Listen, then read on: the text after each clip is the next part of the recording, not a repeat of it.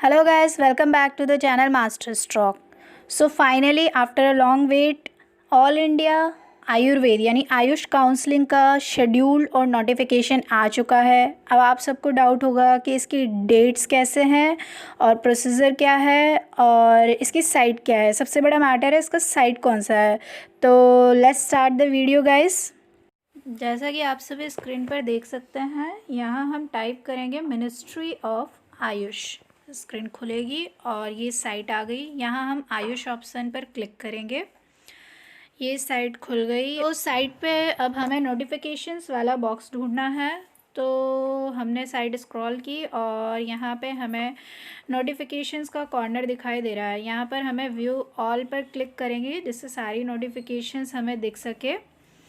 अब यहाँ से ये सारे नोटिफिकेशंस खुले, रीसेंट के सारे नोटिफिकेशंस हैं। इसमें हम थर्ड नोटिफिकेशन पर क्लिक करेंगे जिसमें लिखा है counselling schedule for admission to ASU&H Ayurveda, Siddha, Unani and homeopath UG courses for academic year 2020 and 21।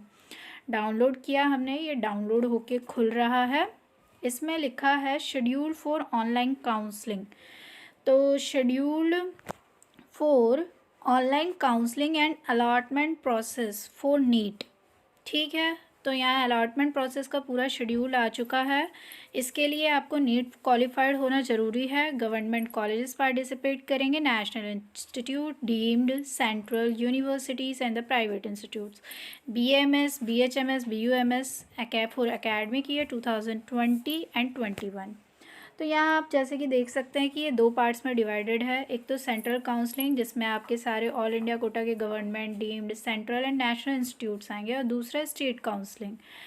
आपको पता है कि नीट का एग्ज़ाम 13 सितंबर को हुआ था, फिर रिज़ल्ट आया था। यहाँ से फर्स्ट राउंड काउंसलिंग स्टार्ट होगी जो कि 26 नवंबर से स्टार्ट है।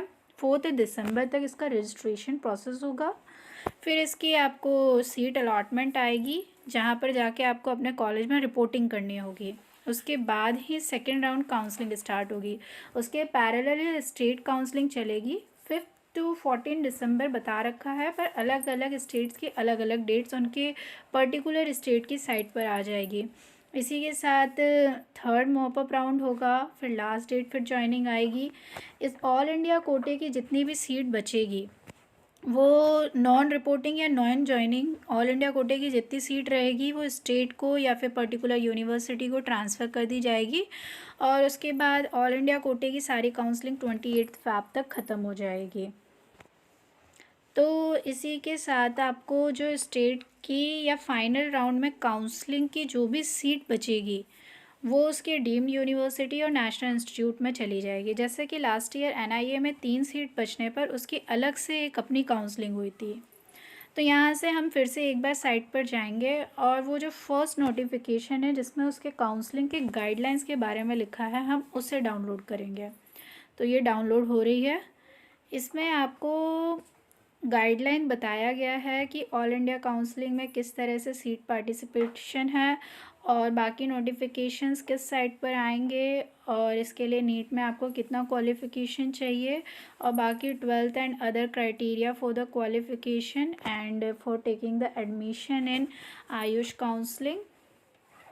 तो गाइस इसी के साथ आप लोग ट्यून्ड रहिए और जो भी आपको क्वेरीज हो वो इस कमेंट बॉक्स में डालते रहिए। गाइस काउंसलिंग की जो साइट है वो मैंने नीचे डिस्क्रिप्शन बॉक्स में डाल दी है, तो प्लीज़ उस साइट के लिए विज़िट करें। Thank you.